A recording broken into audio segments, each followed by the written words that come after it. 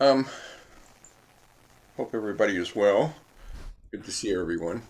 Um, Today's talk is on samadhi, and I guess there's a little confusion about what it is and what people tend to think it is. And so I thought I might go over it, and I'll talk. And there's some references from Dogen and his thoughts on samadhi, and he talks about it quite a bit. Um, and I think some of the confusion comes from that because people tend to think, well, they tend to think a lot of things about enlightenment, meditation, and concentration, and that's really what the technical term of samadhi is: concentrated, being concentrated, or one pointedness. Um, and there's also the term still point. Um, I like to talk about that and throw my 2 cents in on this. Um, and so I'll go through this because some people think, and it could be a shortcut if you practice it correctly. So I'm going to speak about some experiences um, uh, folks might have had during meditation, and um, excuse me, everyone, people who meditate and people who don't, find themselves in various states of mind. It's useful to know something about them and to recognize these states and to know what they are and what they aren't. And in this talk, I'm going to focus on samadhi. There's another term, danya, yana, and it's meditation. And you find these terms in the Eightfold Path. And the term right samadhi or right concentration and right dhyana or right meditation. And so I'm going to focus on samadhi, and maybe in the future I'll talk about the other one because there tends to be, these are kind of technical terms. And samadhi in Pali and Sanskrit is Pali and Sanskrit, and but there's not really, that doesn't really make a difference. I just, you can say samadhi or you can say concentration. And just very simply, samadhi is becoming one.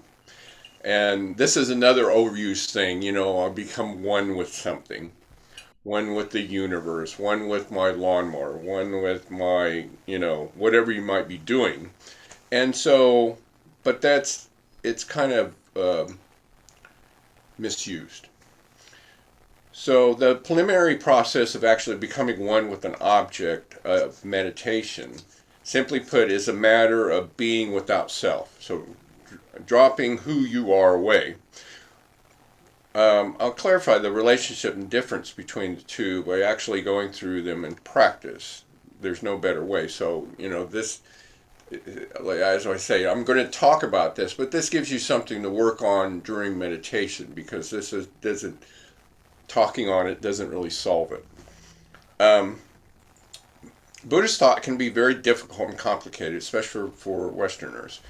For example, you'd read or heard about the Four Noble Truths dozens of times, yet it still might not gel. Um,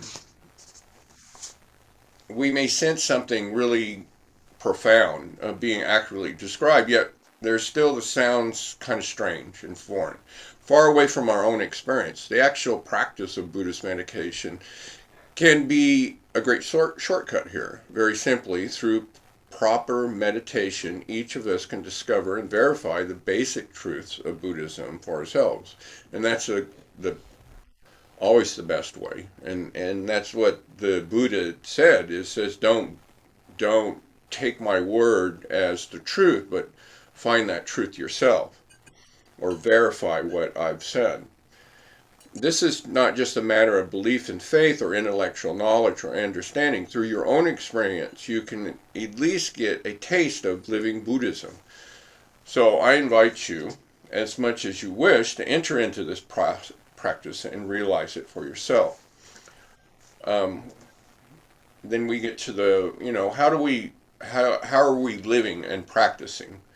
And so the first thing I think really is important is, I guess, what you would call a wholesome life. Live a wholesome life, and that really comes down to the precepts. It's why we have the precepts, where you're not killing or stealing or lying or sexing or doing all these things that are causing um,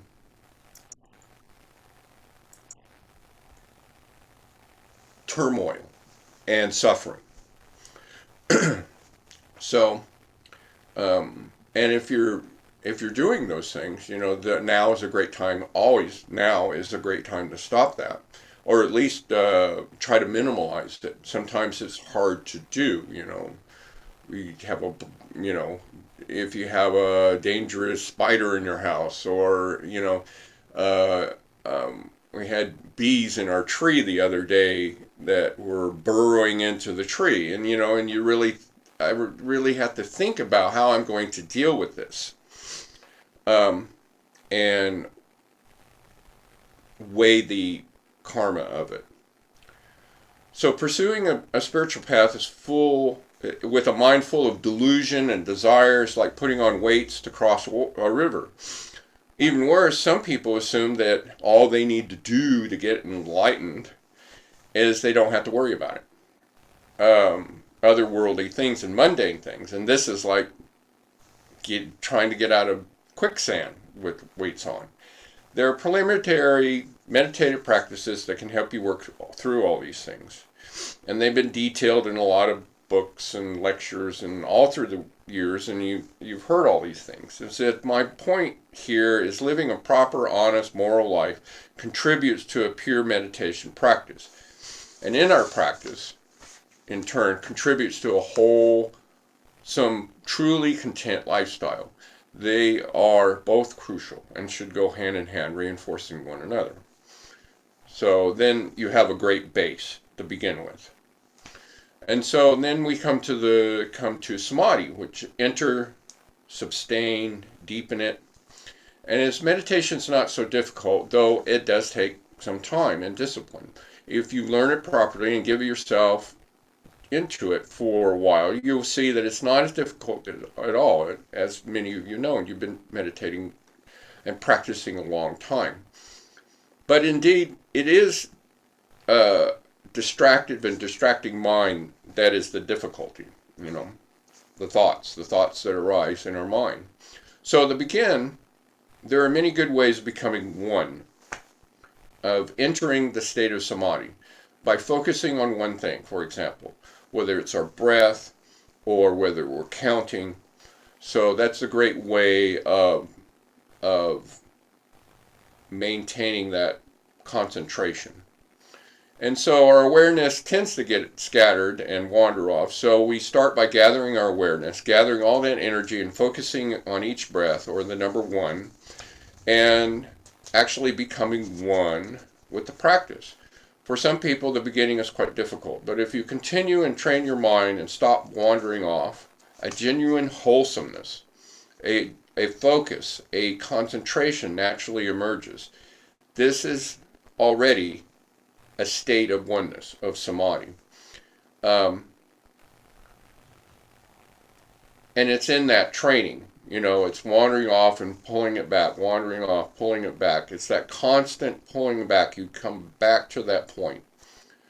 Now, what has happened? The senses have settled down. Normally, the mind is very scattered and distracted, and it does that for a purpose. There's a reason for that. We grew up as a species trying to protect ourselves and looking for food, so that the mind naturally wanders to those things, to awareness of our surroundings and gathering what we need. So, as a matter of fact, all of our senses, what we see, hear, taste, touch, feel, think, all of this is a state of inherently unstable and or a dis-ease in our mind. In fact, the first noble truth of Buddhism becomes crystal clear through our own experience of Buddhist meditation. Entering and sustaining that state of focused oneness or samadhi, there is a settling down of focus. You still hear, see, think, and so on, but the awareness has become more refined and more focused. It's as if the pace has slowed down and the view has got clearer, and you're not so caught up in things. You are still aware.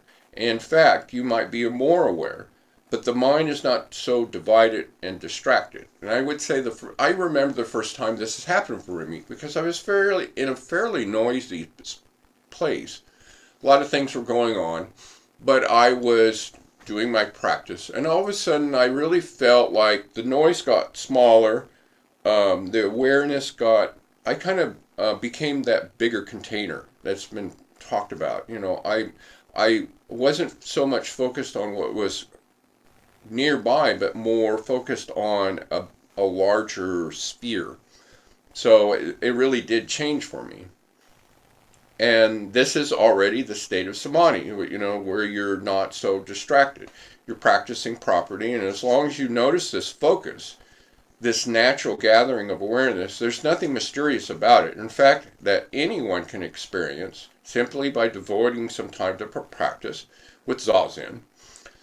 The benefits are already great. Whatever you're doing, you can be totally focused on the task at hand and so much better. But that's not the end of Buddhist practice. That's not a goal. Everybody tends to think of this as something I need to obtain. And my thoughts are, there's nothing, and that's why you hear the Zen thing, there's nothing to attain.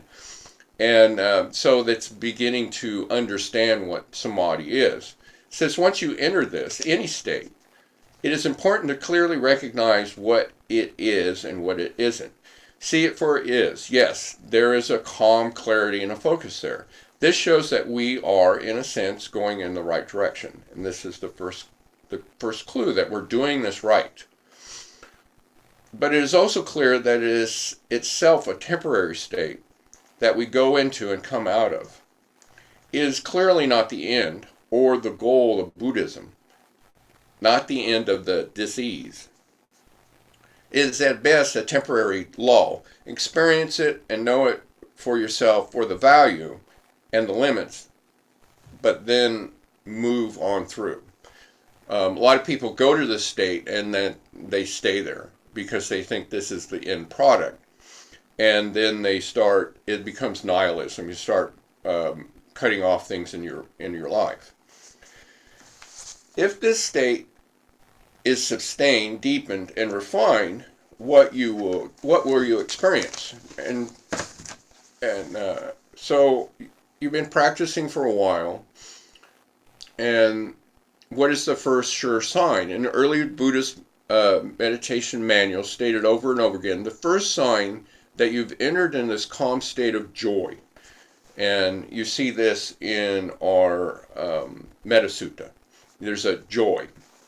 And literally in Pali, the translation means pleasant mind or joy. And it's a calm yet joyous state, spontaneously arises. Again, this is helpful because you know you're going in the right direction. And what is the difference between this joy and the pleasures that we ordinarily experience? This calm joy arises naturally, effortlessly, from the depths of our being.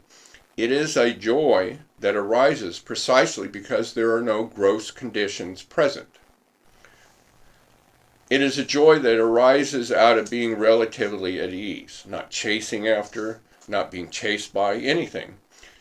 It is a relatively unconditioned joy. It is not the pleasure of feeling that something is well done, nor is it a pleasure of being from some sensuous contact, something that you eat or something that you touch or something that you feel. It arises out of a temporary absence of craving, the craving that causes our disease or suffering, as is the second noble truth states. A wonderful discovery. We are clearly going in the right direction, but clearly that's not the goal of Buddhist practice, for it itself is a temporary state that we go into and out of. Recognize it for what it is, smile, and go on through. Sustaining and deepening our practice, this state eventually gives way to the experiences of more subtle joy, a profound equanimity. Continuing to sustain concentration, we can enter a state in which one is clearly aware, yet the experience is so unified and total that there's no experience of pleasure or pain. The benefits and dangers of abiding in this state are obvious. It is also obvious that this is not the goal of Buddhist practice. This is not a place to just check out. Then what is this state? I am totally absorbed in the oneness. How do I know that? Very simple. For one thing, there's no pleasure or pain. It's not that I don't feel anything, but the experience does not arise as pleasure or pain. There is no such specific experience at this point because the totality of the oneness. This state can experience right now if you give yourself up to a proper meditation.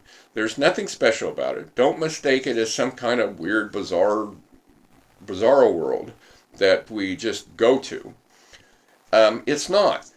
As a matter of fact, we have all at least touched samadhi at one time or another. For example, when totally engaged in a sports game or an emergency. As a firefighter, I remember where I acted. It wasn't even a reaction because I wasn't necessarily reacting to whatever the emergency was. I did what I was trained to do without any second thought. If you're experiencing that state of sustained meditation, see it for it is. See the value, also see the limit. Clearly, this is not the goal of Buddhism. It is in itself a temporary state, not the end of the disease. So then the question comes, are these states necessary? An important point, and it's not necessarily to go through all these states, but why am I talking about them? Some schools of Buddhism and some meditation teachers emphasize these, and many others. The states need to be gone through in order, one after another, before entering or leaving meditation. And then it becomes something special, something outside of what we're already doing.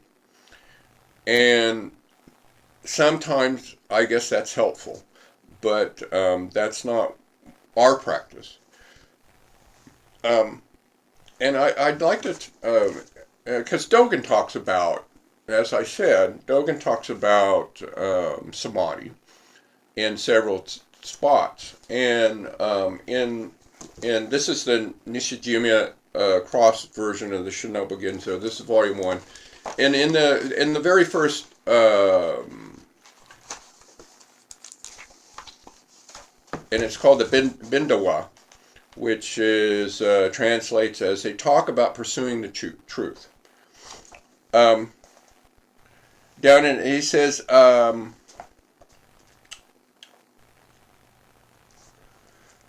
the thought that practice and experience are not one thing is just the idea of non-Buddhists. And he was very abrupt, I would say, with when talking about other schools. He had experience in other schools, so he's coming from his own experience. In the Buddha Dharma practice and experience are completely the same. Practice now is also practice in the state of experience. Therefore, a beginner's pursuit of the truth is just the whole body of the original state of experience. This is why the Buddhist patriarchs teach in the practical cautions they've handed down to us not to expect any experience outside of practice. And the reason may be that practice itself is directly accessible or in the original state of experience. And so it's not something outside of our own practice. It's This in itself is samadhi. This in itself is Gautama Buddha's meditative experiences. And it's clear he went through these states himself, and he acknowledged their relative merits. There's a lot of virtue, a lot of value in each one of these states. And we can get so wrapped up in the gross mental attachments and sensuous pleasures as practice deepens and we experience the joy of not having to seek anything, we tend to naturally live a wholesome life. And we no longer chase after these things in an attempt to escape our own inner turmoil. Already, this is so beneficial. However, Gautama Buddha also clearly discerned that these states are not the end of dis-ease. And I like that dis-ease, because, you know, the Buddha was likened to a physician, and the Dharma was the medicine to our dis-ease. Indeed, they become part of the disease if one gets hung up in them. So he did not stick with them, but moved through it. And he studied with many, many teachers before his realization under the Bodhi tree. And so, and he found that each one of these teachers were stuck. They were stuck in these experiences. So the experience of calm Troy, for example, is wonderful. The danger is that without proper application, people get stuck in it. Don't bother me. I'm feeling good. I don't have to do anything. I'm just going to move in this groove for a while. Well, at that point, it's not Buddhist meditation. It's self-indulgence. If you actually find yourself in this or any state, acknowledge it. Be gentle with yourself. Always be gentle with yourself. Don't beat yourself up and go, that's not necessary. Just be gentle with yourself. Actually find yourself in that state and acknowledge it. Be aware of it and what it is. Just as we do through our breath. That's what teaches us. Or if we're counting or whatever our practice might be. And then let it go. None of these states are the end goal of Buddhism. And the last part I'd like to read is also in the Shinobu Genzo, and this is in book 3. And I'm going to, I'll leave a link here in a moment to this. It's a very short chapter, and it's Zanmai o Zanmai, which I love it translates sort of to the samadhi that is king of the samadhis. And Zanmai, of course, is samadhi in Japanese, and the O in between means king. So I'd like to read the first paragraph of this, and I will leave, and it's fairly short. I think it's like 2.5 pages, and I'll leave a little link to this, and I encourage people to read through it because it's very interesting, and he's talking about his view on his teaching on samadhi. So it begins: to transcend the whole universe at once, to live a great and valuable life in the house of the Buddhist patriarchs, is to sit in the full lotus posture. And when he talks about full lotus posture, of course, it isn't necessary. It's the idea of sitting upright with a stable base.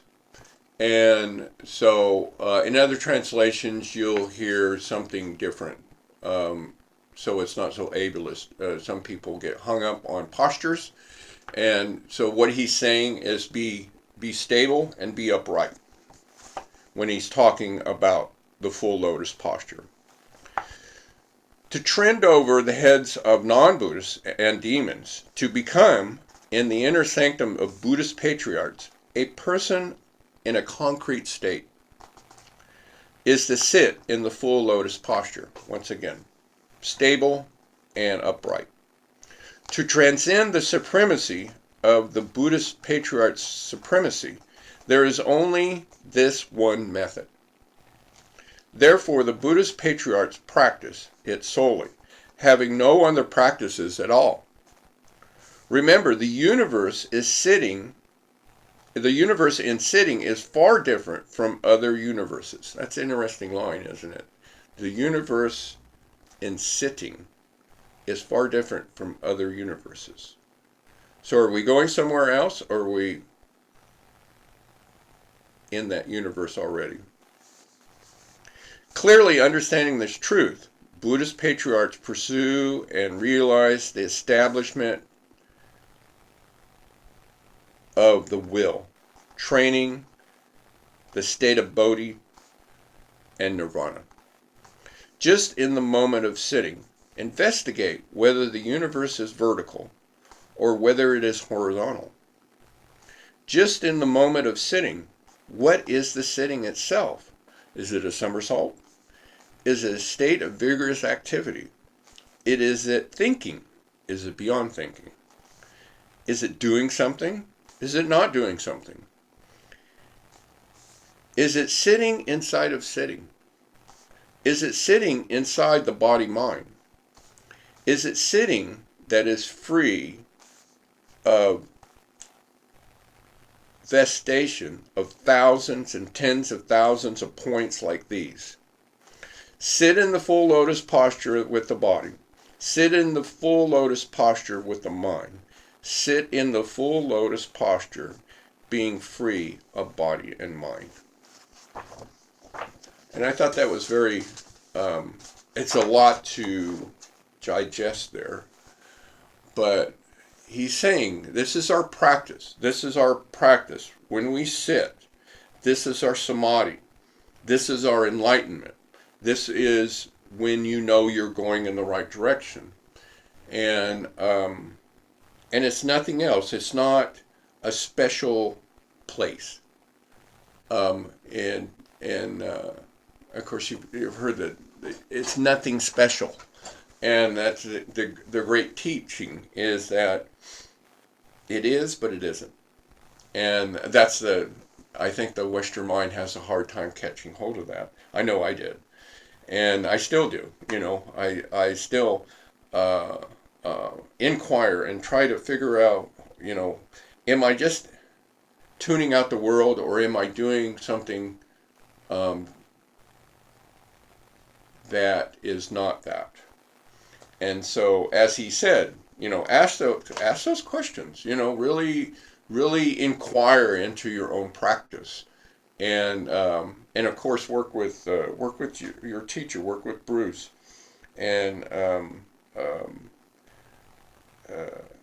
deepen that practice. And hopefully I haven't babbled on too much, but and I hope you've gotten something from this. Thank you very much. I'd like to hear your thoughts on it. Any questions or comments? Thank you.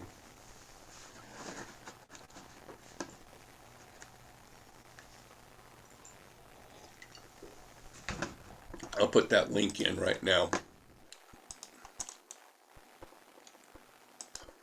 Kevin, thanks for the great Dharma talk.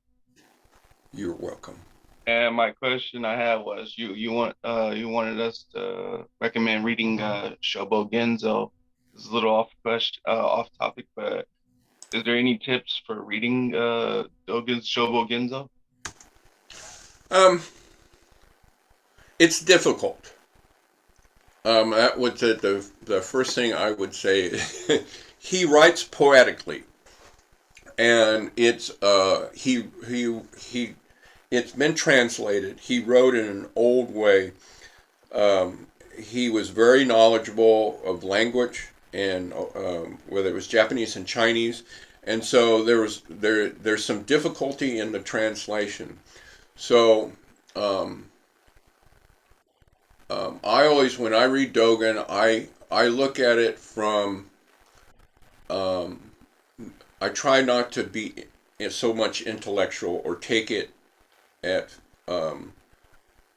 face value. I try to stand in his shoes and try to figuring out what he's saying, because, and also where he's saying it, because a lot of talks were to monks in his monastery.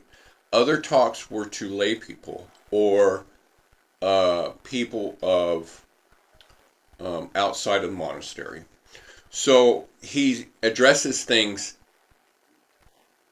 that differently. You'll see him saying, "You this practice is the only practice to do, and everybody else's practices are no good." And then he'll turn around and kind of talk differently to a different group of people. So that's how I've learned to read Dogen, and I understand also that he's writing in kind of a poetic way. So there's a feeling to his writing, and I'm certainly no expert, not far from it. I've just tipped my toe in it. It feels like I've been um, reading his stuff for a long time now, but it just seems like I'm just starting to maybe get it a little, but not. Sometimes I just like, I don't know, I don't know. And but that's the great thing about it is the return to that because that it really is our practice in Soto. The Soto Zen, this is kind of the basis, um, and um, the basis of our practice. But look, read his things, what he said about, um, especially when he talks about meditation and how to do your meditation, and also the Bindawa, the Ginjo Koan. He's talking about our practice, and that really pertains to us. I hope that helps. Thank you. You bet.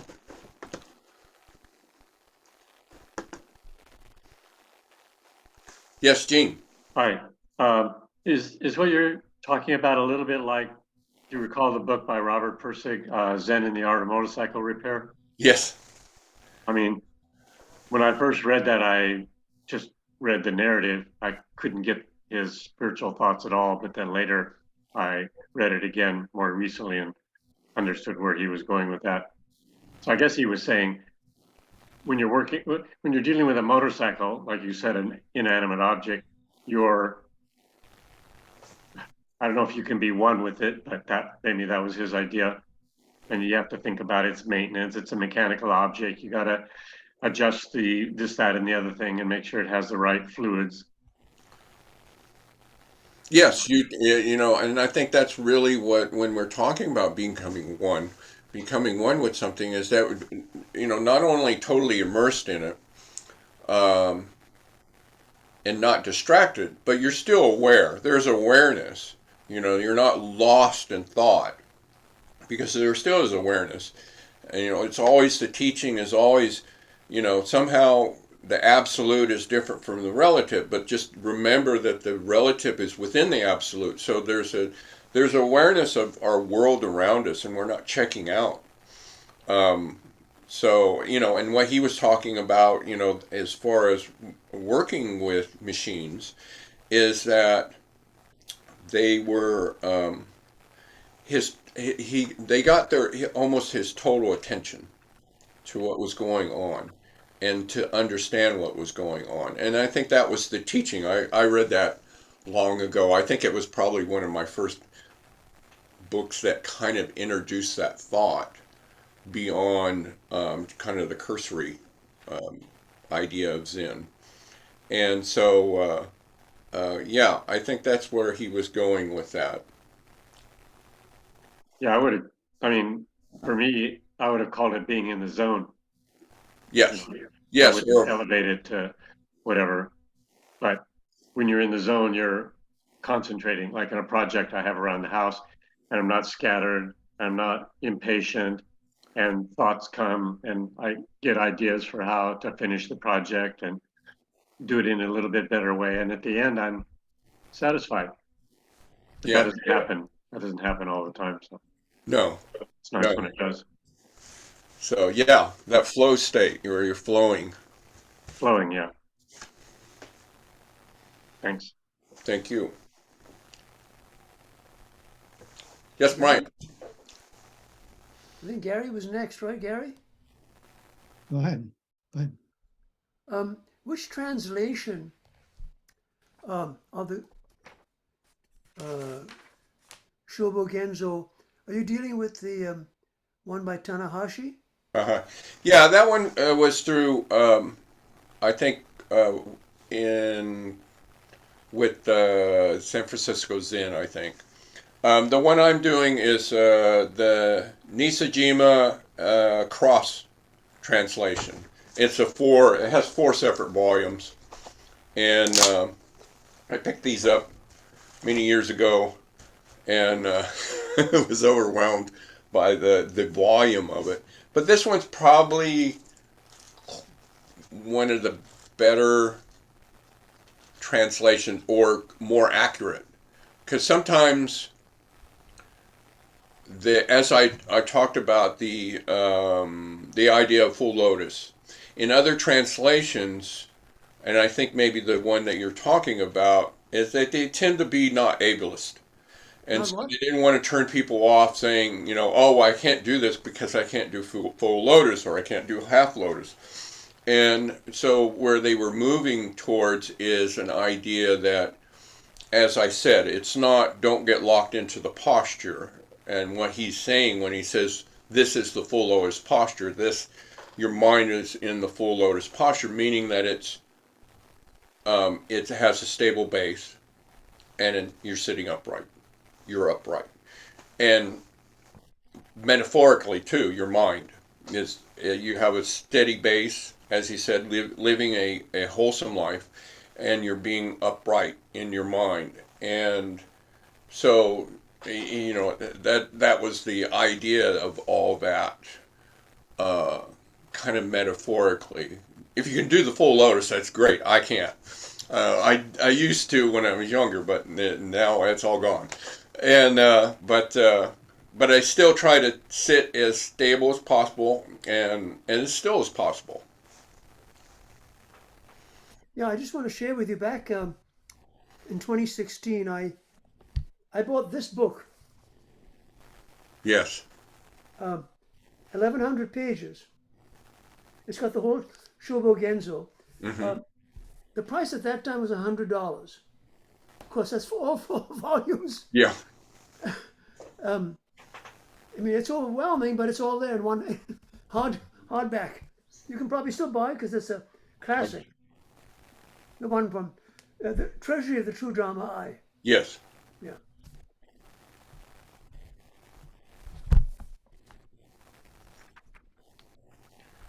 I mean, I'll just one of these chapter 96. There are 108 gates of realizing Dharma. You familiar with that? I've heard it. 108 gates. Yeah. Yes. I Okay. think I've heard it. Yes. Yes. There's a being time is another one that's odd, and that can be challenging. And there's several writings of that, and it's all very interesting. And his writings on the bathroom, going into the bathroom, and all that. It's just how detailed it was. Yeah. But it was his life's work, and that's why I recommend it.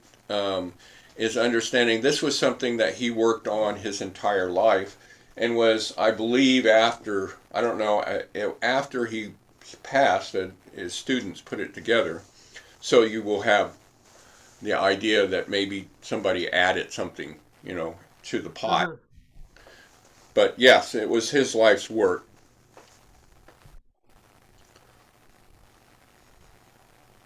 Anybody else? I did have a question, but Yes. I'm not sure if Gary wanted to talk. No, go ahead. Go ahead, Joe.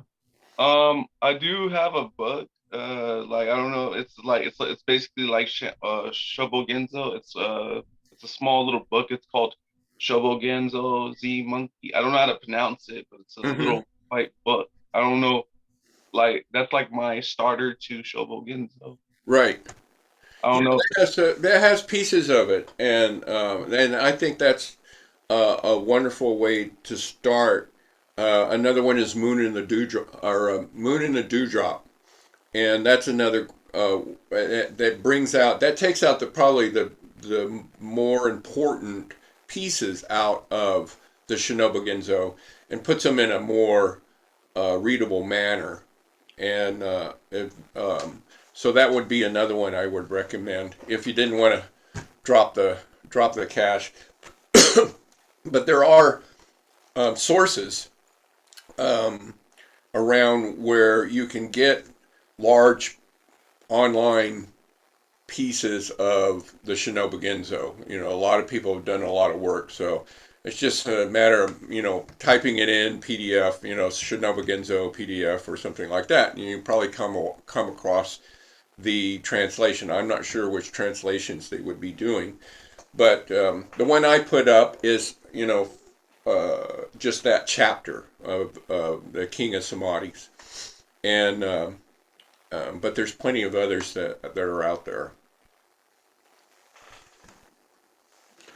Gary, you had something. Yeah, once again, thank you for the talk. I think it's great to come back to the subject like samadhi, which I need to, look at it from so many different angles to have a chance of getting an idea of what it really is. And a couple of things I really appreciated was that discussion on the full lotus postures, just to be stable and upright. I don't have to get hung up on being in a cross-legged or whatever. Just be comfortable, be stable and upright. That's really helpful for me to be aware of that. And also, that there's times you described some of your experiences, and I feel like maybe I've been there as well, and it didn't seem like a special place, but it was a real state of, a certain state that I was aware of, and then I was out of it. But realizing that it's nothing special, and just to continue on. Anyway, thank you for the talk. Very helpful. Oh, you're very welcome. Yes, it definitely is. I think, especially in the West, we tend to believe that it's there. If it's not something you can attain, it doesn't have a worth. I think it's probably one of our greatest downfalls is somehow because if it's free, it's not worth anything, or if it's not something that we can grab onto and hold. And that's really what they're talking about, is that it is just this, and just experience this, whatever this might be, whatever wherever you are. You don't have to go to Japan or China or India and sit under the Bodhi tree to attain this. It's attainable right where you are, as you are.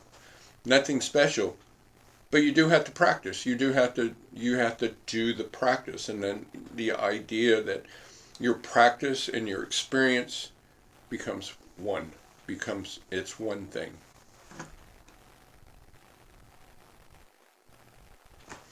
Thank you very much.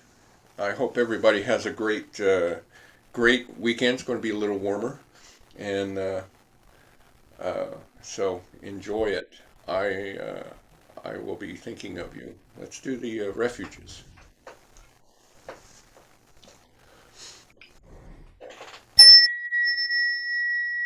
I take refuge in Buddha. I take refuge in Dharma. I take refuge in Sangha. Buddham saranam gacchami. Dhamman saranam gacchami. Sangham saranam gacchami. Dudiyampe Buddham saranam gacchami. Dudiyampe Dhamman saranam gacchami. Dudiyampe Sangham saranam gacchami. Tatyampe Buddham saranam gacchami. Tatyampe Dhamman saranam gacchami. Tatyampe Sangham saranam gacchami.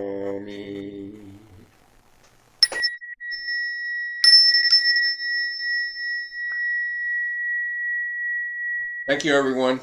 Thank you. Have a great week, and we'll see you next week.